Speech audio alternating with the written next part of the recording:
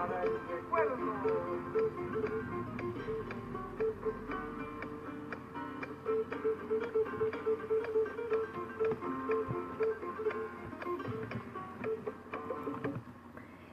باش هاوڕێیان لە هەر هەن باش بن سەلامەت بن هیوای باشترین و جوانترین کات و ژیانتان بۆ خوازم ئەوەی ئەو ڕۆژانە زۆر بەرچاومەکەوێ بەتایبەت لە تۆڕە کۆمەڵایەتیەکانە بۆڵەبۆڵ و ناڕەزایەتی و یعنی ڕەشانەوەی کۆمەڵێ کوردی ئەوروپانشینی سۆسیال خۆری هەم باشووری کوردستان و بەتایبەت ئەو کوردانەی کە لە ڕۆژهەڵات دانیشتون و بۆڵەبۆڵەکەن و ئەڕشێنەوە بە خەڵکی باشووری کوردستان کە بۆچی خەڵک پارە بەلایەنەوە گرنگترە یان معاش بەلایەنەوە گرنگترە لە دەوڵەتی کوردی و لە حکوومەتی کوردی و لە حزبی کوردی ینی بەلای منەوە سەیرە تۆ کە هێندە کورتپەروەری تۆ کە هێندە کوردایەتی بەلاتەوە گرنگە تۆ کە هێندە ئازادی خوازی و ژیان بەلاتەوە گرنگ نییە و ژیانی خۆش و خۆشگۆزەرانی بەلاتەوە گرنگ نییە باشە بۆ کەمپەکانی کۆمەڵە و دموکراتت جێهێشتووە بۆ لە زڕگێز و لە کۆیە هاتوویتە دەرەوە هاتوویتە ئەوروپا سۆسیالە خۆی یان کارەکەی ژیانی خۆشرەکەی ئازادانە دەچی بۆ بار ئازادانە دەچی بۆ دیسکۆ ئازادانە لەگەڵ کچان و لەگەڵ کوڕانە هەڵست و کەوتەکەی ئازادانە دەخوێنی ئازادانە قسەکەی ئازادانە جنێوە دەی کە ئەم ژیانە بۆت ناخۆشە ئەم کوالیتی ژیان ئەگەر هێندە بۆت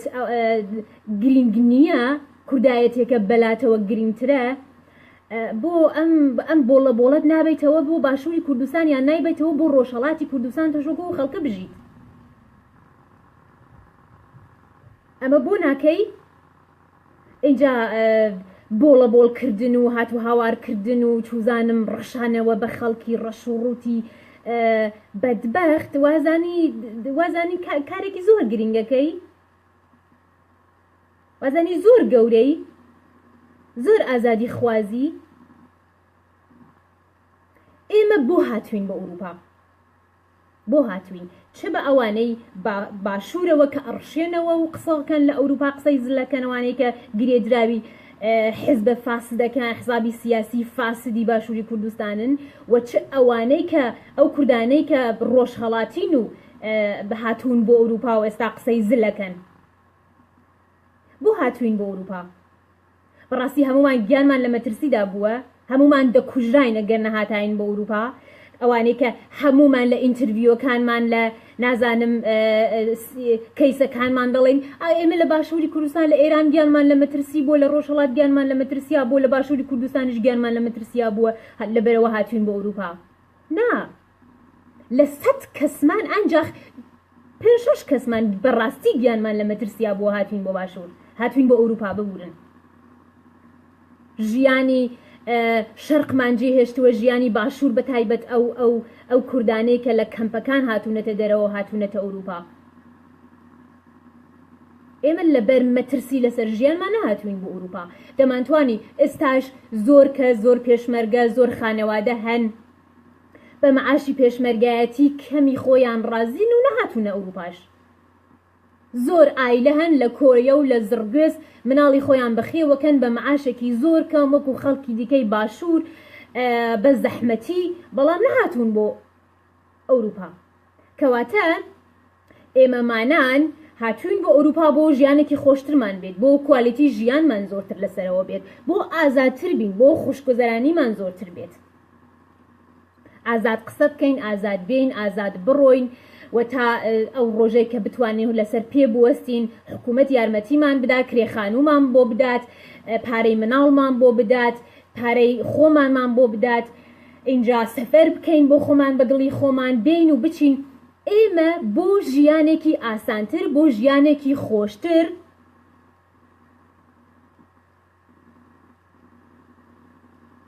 هاتوین بە ئەوروپا بۆ خۆشگۆزەرانی اینجا ئەم خۆشگۆزەرانی کە ئێمە هەمانە لە ئەوروپایان ئەمان هەوێ بۆ خۆمان بۆ خەڵکی ئاسایی ڕەوانابینین بۆ خەڵکی دیکەی ڕەوانابینین بۆ دروشمەکانمان خەڵکی هەژار و بەدبەختی باشووری کوردستان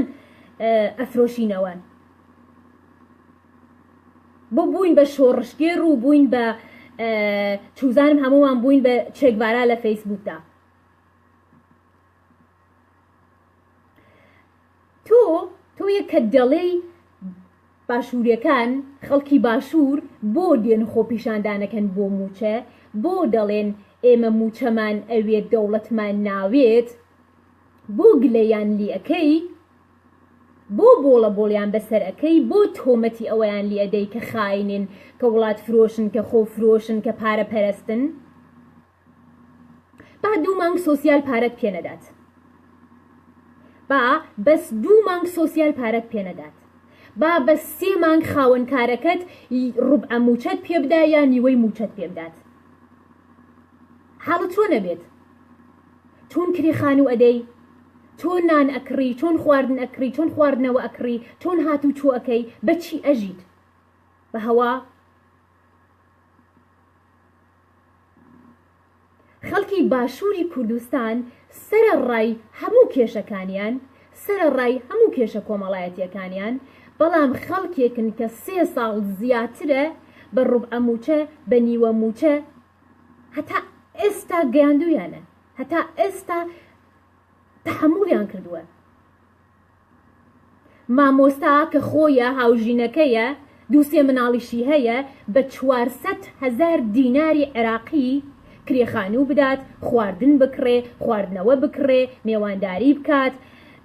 ماڵداری بکات مناڵ بەخێوکە جل بۆ مناڵ بکڕێ نازانم ئەشیای قوتابخانەی مناڵ دابین کات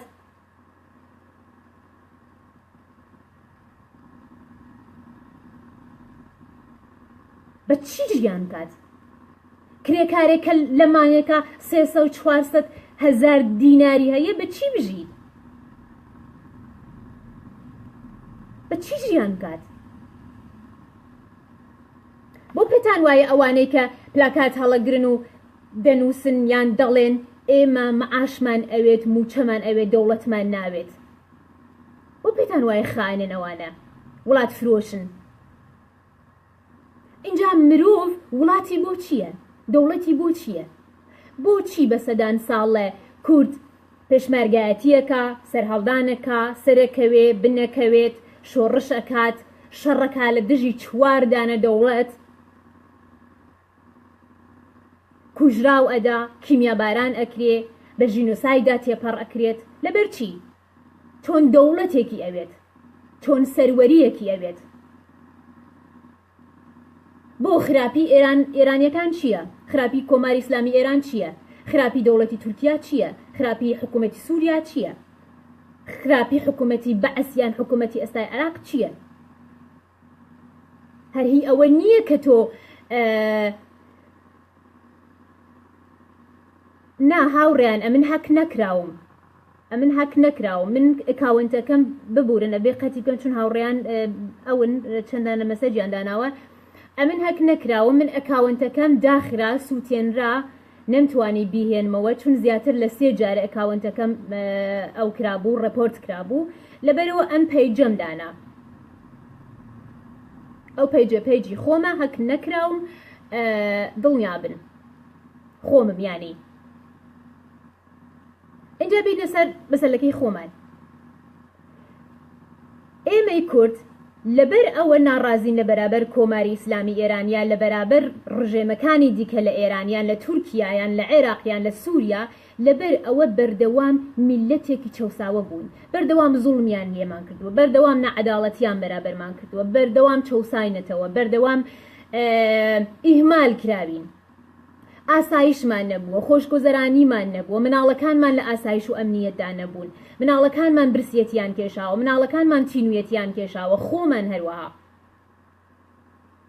لەبەر ئەوە ناڕازی بووین لەبەر ئەوەمانەوێ شۆڕشکەین لەبەر ئەوە ئەمانەوێ سەروەریمان هەبێ لەبەرەوە کۆیلە نەبین لەبەرەوە ئازاد بین لەبەرەوە شەقمانتی هەڵ نەدرێت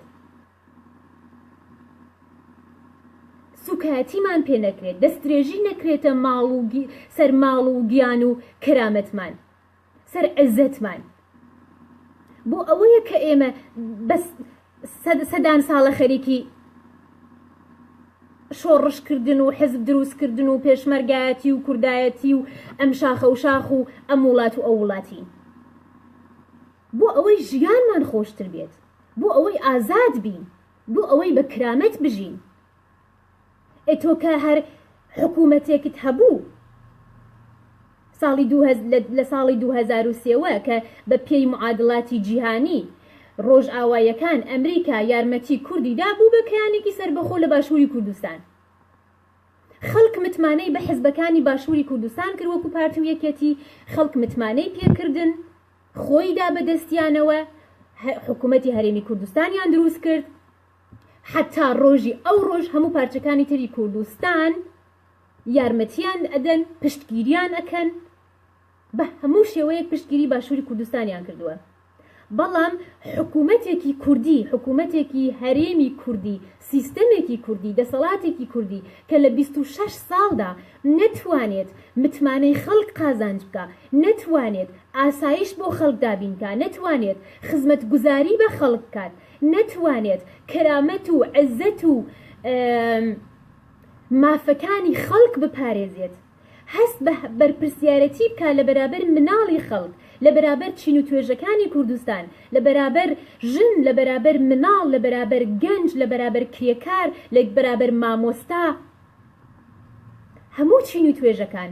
ئەو بەرپرسیارەتی هەڵنەگرتووە بەردەوام خەریکی دزی بووە بەردەوام خەریکی فەسادی ئەخلاقی و فەسادی سیاسی و ئابووری بووە کەواتە هیچ جیاوازیەکی نییە لەگەڵ کۆماری ئیسلامی ئێران جیاوازی نییە لەگەڵ ئەردۆغان جیاوازی نییە لەگەڵ بەشار ئەسەد جیاوازی نییە لەگەڵ هیچ سیستەمێکی خراپی دیکە کە ئێمە وەکو کورد لە بەرابەری ڕاوەستاوین جیاوازی چییە؟ هاوڕێیان دەزانی چی؟ هەندێک مرۆڤی دای لێبوردنەکەم هەندێک مرۆڤی ئەحمەق هەن دەڵێن باشترە پۆلیسێکی ئەسکەرێکی کورد شەقمتی هەڵبدا تا ئەسکەرێکی عەرەب یان ئەسکەرێکی فارس پێت دەڵێم تۆ غەڵەت دەکەی شتی وا دەڵێی تۆ غەڵەت دەکەی شتی وا دەڵێی شەق هەر شەقە بۆ ئەبێ شەقم لێ بدرێت بۆ ئەبێت شەقم بەرکەوێت بۆ ئەبێ نابەرابەریم بەرابەر بکرێت بۆ ئەبێ زوڵمم لێ بکرێت زاڵم زاڵمە ناوەکەی بەخۆیەوە شەق شەقە تامی شەق هەر یەک تامە چ کورد لێتی بدات چ عەرەب لێتی بدات چ ئەمریکایەک لێتی بدات چ ئەوروپایەک لێتی بدات چ فارسێک چ تورکێک هیچ جیاوازی نییە تامی شەق یەک تامی هەیە لە هەر کوێ لێت بدرێ و هەر کەسیش لێتی بدات لەبەرەوە قسەی قۆڕ دروشمی قۆڕ بە خەڵکی هەژار و بەدبەخت مەفرۆشنەوە حکوومەتێک نەتوانێت خزمەتگوزاری بۆ خەڵک دابین کات متمانەی خەڵک قازانج بکات خۆشگوزەرانی بۆ خەڵک دابین کات ئەمنیەت بۆ خەڵک دابین کات حکوومەتێک وڵاتێکە ئیزنی ئەوە بدرێت کە ڕۆژانە ژنی تیا بکوژرێت ڕۆژانە لە مناڵ بدرێت ڕۆژانە دەستێژی بکرێتە سەر مناڵ ڕۆژانە لە مزگەوتەکانی بانگخوازەکان بانگی خەڵککەن و هانی خەڵک بدەن لەبەرەوەی خەڵک برسین لەبەرەوەی خەڵک نائومیدن هانی خەڵک بدەن بۆ توند و تیژی حکوومەتێک کە لە ناویە هیچ چین و توێژێک ئەمنیەتی نییە ئاسایشی نییە خۆشگوزەرانی نییە تەنیا کارێک کە ئەیکەن داسەپاندن پتەوکردنی پێگە و نازانم ستونی حزبی و ستونی دەسەڵاتەکانی خۆیانن اینجا خەڵک بۆ ئەمە قبول بکات تەنیا بۆ ئەوی دەوڵەتی هەبێت بە چ نرخێت کام دەوڵەت چ جیاوازی هەیە من کە زوڵمم لێ بکرێت لە وڵاتەکەی خۆما چ جیاوازی هەیە فارسێک زوڵمم لێ بکات یان عەرەبێک یان تورکێک یان هەر کەسێکی دیکە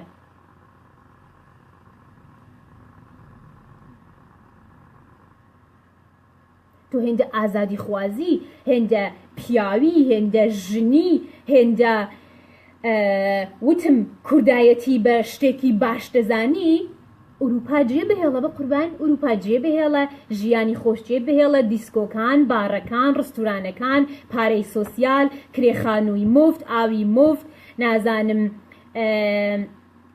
ئاوی بەلاش کارەبای بەلاش شوفاژی بەلاش گەرمای بەلاش ئاخی تۆ وجدانت هەیە مامۆستایەک کرێکارێک یان هەر کارمەندێکی دیکە یان هەر چین و توێژێک لە باشووری کوردستان بە مانگێ 400,000 دینارەوە ئێستا زستانە تۆ شوفاژت هەیە لە ماڵەوە پارەکەشی لەسەر سۆسیال پارەکەت بۆ ئەدات خەڵکی هەژار منداڵی هەیە بەرمیلێ نەوت $100 $200 خەڵک تۆ خۆی گەرم کاتەوە تۆ چ وجدانێکت هەیە تۆ چ ئەخلاقێکت هەیە کە بەو خەڵکە دەڵێ با موچە بەلاتانەوە گرنگ نەبێت موچەکەی هینە بۆ خۆتانە فرۆشن بۆ نازانم خائنن بۆ پارە بەلاتانەوە گرنگە با موچەتان نەبێت چەند ساڵی دیکەش بێ موچە بمێنەوە برسی بمێنەوە بەڵام دەوڵەت گرینگە سەروەری گرینگە حکوومەتی کوردی گرینگە غەڵەت دەکەی دانیشە لە جێگەی خۆتا هێندت کوردی بچۆوە تۆش ئەگەر ئەم قسانە بە تایبەت ڕووم لەو ڕۆژهەڵاتیانەیە کە ئەم قسانە ئەفرۆشنەوە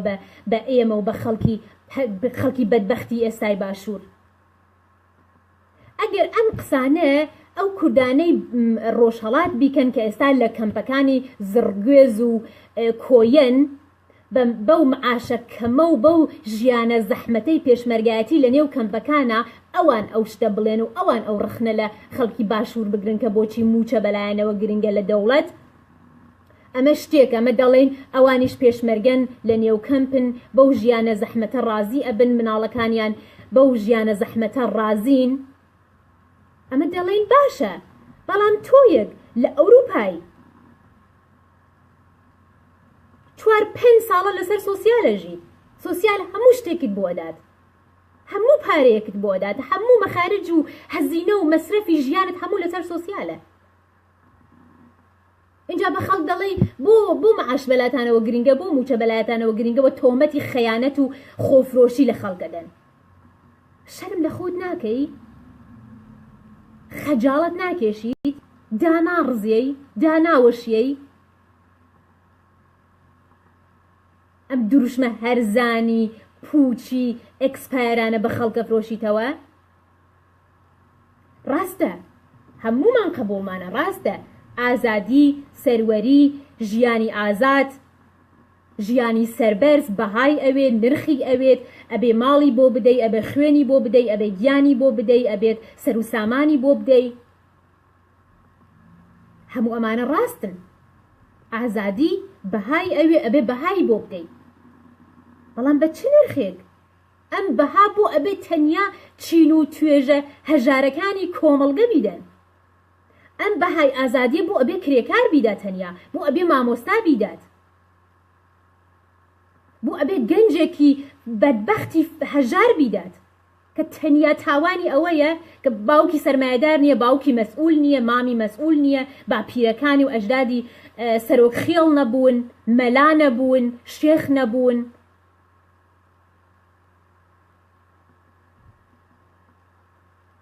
بۆ تەنیا ئەبێ چین و توێژە هەژار و بندەستەکانی کۆمەڵگە ئەم بەهایە بۆ ئازادی و بۆ کوردایەتی و بۆ دەوڵەت بدەن ئەم بەها ئەم نرخانە بۆ مەسئولەکان نایدەن بۆ کوڕی مەسئولەکان نایدەن بۆ کچی مەسئولەکان نایدەن بۆ خزم و کەسوکاری مەسئولە فاسدە حزبیەکان نایدەن ئەو مەسئولانە کە خۆیان و خانەوادەیان کوڕەکانیان کچەکانیان بۆ یەک شۆپینگ بۆ جلوبەرکڕینێک ئەچن بۆ شانزەلیزە لە پاریس یان ئەچن بۆ منهەتەن یان نیویۆرک یان مایلەن لە ئیتالیا جلی مارکدار دەکڕن پێڵاوی مارکدار دەکڕن جانتای مارکدار دەکڕن و هەر پۆرسیۆن خواردنێکیان لە ڕستورانێکە معاشی 3 مانگی مامۆستایەکی ئێستای کوردستانە ئەم بەها بۆ ئازادی و بۆ سربەخۆیی و بۆ دەوڵەت بۆ ئەوان نایدەن کەواتە کەشکە ینی کەشکمان پێ مەفرۆشن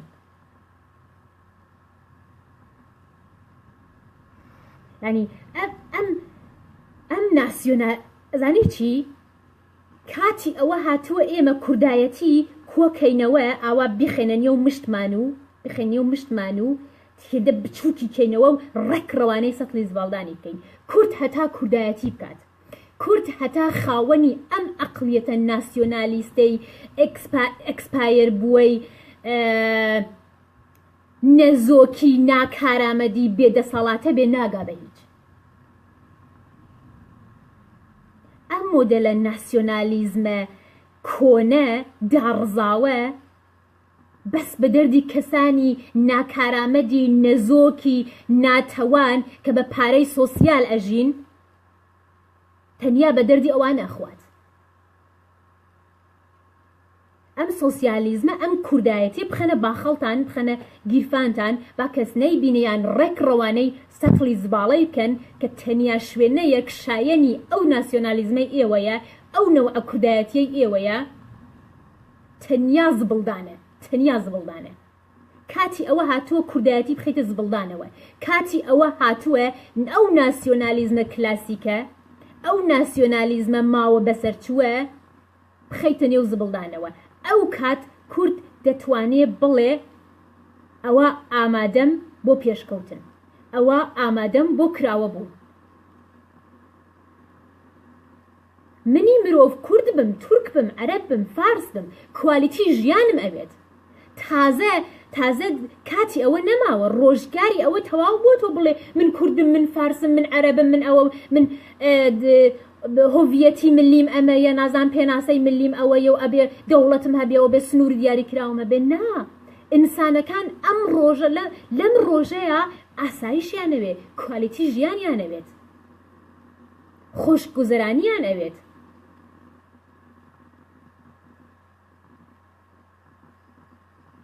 ئازادیان ئەوێت بە کرامەت ژیانکردنیان ئەوێت گرنگ نییە لەسەر چ خاکێک بێت گرنگ نییە کێ بەسەرتەوە دەسەڵاتدارە گرنگ ئەوەی کە دەسەڵاتی هەیە بەسەر توە ئەوەی کە حکوومەت ئەکا بەسەر تۆیە مافەکانت بپارێزێت خۆشگوزەرانیت بۆ دابینکە ژیانی ڕۆژانەت ئەمنیەتی ژیانی ڕۆژانەت هەبێت مناڵت یا ئەمین بێت خۆت یا ئەمین بی من وەکو ژنێک هەست بە متمانە و هەست بە ئەمنیەت و هەست بە ئاسایش لە نێو ئەو وڵاتەیە بکەم کە تێیدا ئەژیم ئەگەریش تەنیا بم لەو وڵاتەیە ئاخر کوردستان هەرێمێکی کوردستان من ژن بووم کاتێککە جیا بوومەوە کاتێک کە مناڵێکم هەبوو جیا بوومەوە هەستم بەو ئاسایشە نەکرد بە تەنیا دانیشتن لە کوردستان بژیم بۆ خانە و گرتنێک گیان دەهاتە ئێرەت 1000 جار پێشنیاری سێکسیان پێدان لە پۆلیس و لە ئاسایش و لە مختار و لە هەموو شوێنێک لە هەموو کەس چاوی بە شوێنتەوە بوو بۆ ئەوەی تەنیا ژنێکی تەنیا ئەژیت ئەتەوێت لەسەر خۆت بوەستی ئەتەوێت لەسەر پێی خۆت بوەستی ئەتەوێت سەربەخۆ بیت لە وڵاتێک چ ئێرانی بێت چ فارس بن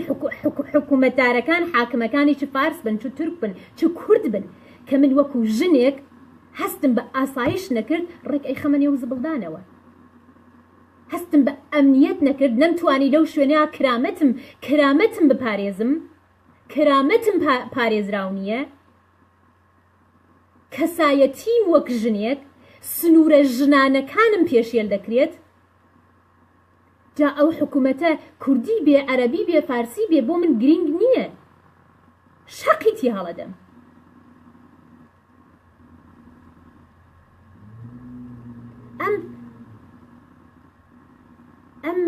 ئەم شعارانە ئەم دروشمانە هەڵگرن بۆ خۆتان چون تەنیا بە دەردی خۆتانەوە خوات خەڵکی کورد لە باشووری کوردستان میلەتی باشووری کوردستان سەرەڕای هەموو کێشە کەلتوریەکان سەرەڕای هەموو کێشە ئاینیەک دینیەکانیان کێشەی عەقڵیەتیان کێشەی هەڵسوکەوتیان کێشەی پەروەردەیان ئەمانەکە هەندێکی بۆ خۆیان نەگەڕێتەوە دەرسەدێکی زۆری بۆ سیستەمی پەروەردە و دەرسەدێکی زۆری بۆ ناکارامەدی و نەزۆکی سیستەمی دەسەڵات لە باشووری کوردستان ئەگەڕێتەوە بێگومان شایەنی ئەوەن کە ژیانێکی جوانیان هەبێت بێگومان شایەنی ئەوەن کە خزمەت گوزاریان هەبێت بێگومان خەڵکی ئێمە گەلی ئێمە لە باشووری کوردستان شایەنی ئەوەن کە جوانترین ژیانیان هەبێت جوانترین هەڵسوکەوتیان بەرابەر بکرێت بەرابەر بە ژن بەرابەر بە مناڵ بەرابەر بە ڕۆژنامە نووس بەرابەر بە کرێکار و هەموو چین و توێژێکتیا هەست بە ئاسایش و ئەمنیەت بکەن گەلی ئێمە لە هەر پارچەیەکی کوردستان شایەنی جوانترین ژیانە هەر مرۆڤێک لە هەر نقطەیەک لە هەر شوێنێکی دنیا شایەنی ئەوەیە کە جوان بژی شایەنی ئەوەیە کە ئازاد بژی شایەنی ئەوەیە کە مافەکانی بەرشەق نەدرێن مافەکانی پێشێل نەکرێن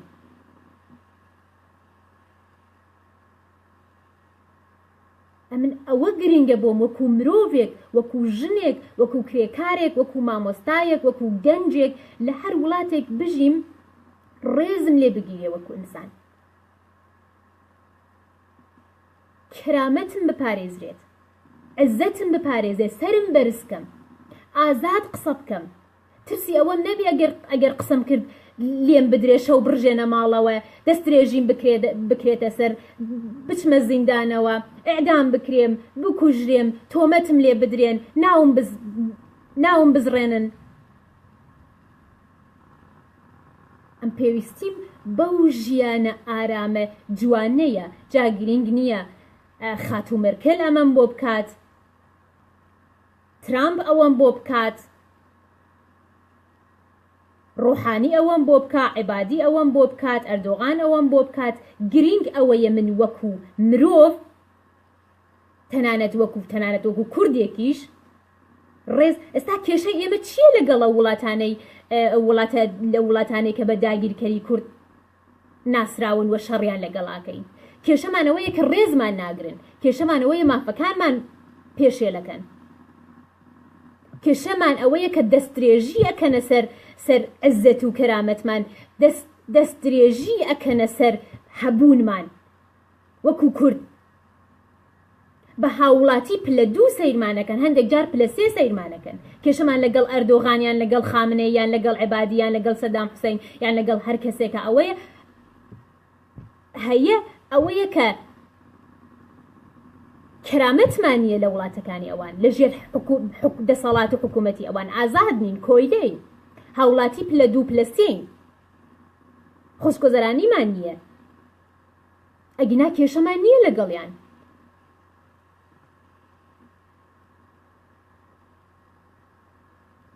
لەبەرەوە ڕووی دەمم لەو کوردانەیە لەو کوردانەی کە تینەکەیشم داناوە تیتەڵەکەیشم داناوە لەو کوردانەی ئوروپانشینی سۆسیال خۆرن کە لە ئەوروپاوە دانیشتون سعات 11 و 12 نیوەڕۆ هەڵەستن نانی بەیانیە خۆن ئەچن بۆ پاسە لە باڕێکە ئێواران ئەسرانە لە بارێک دانیشن ئەخۆنەوە بە دڵی خۆیان دێن و دەچن بە دڵی خۆیان قسەکەن و گلەیی لە خەڵکێکی هەژار و بندەست و مافخوراوەکەن کە بۆچی دێنە شەقام و داوای موچەکەن ئەمە سەرشۆڕیە بۆ ئێوە ئەمەنە ناوی ئازادی خوازیە ئەمەنە ناوی مافپەروەریە ئەمەنە ناوی نیشتمان پەروەری و نیشتمان دۆستیە ئەمە تەنیا ناوی کوردایەتیەکی ڕزیوی ناسیۆنالیزمێکی کلاسیکی ڕزیوی کە لە هیچ کوێ باوی نەماوە کە لە هیچ کوێ قسەی لەسەر ناکرێ بێجگەل لە کەسانی ڕاسیست بێجگەل لە کەسانی فاشیست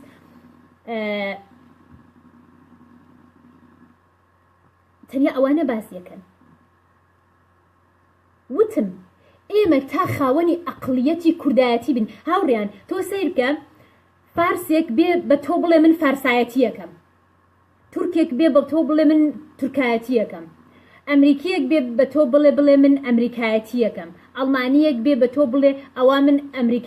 من ئەڵمانێتیەکەم عەرەبێک بێ بە تۆ بڵێ من عەرەبایەتیەکەم ئەمە زەهنیەت نییە ئەمە زەهنیەتێکی مەترسیدارە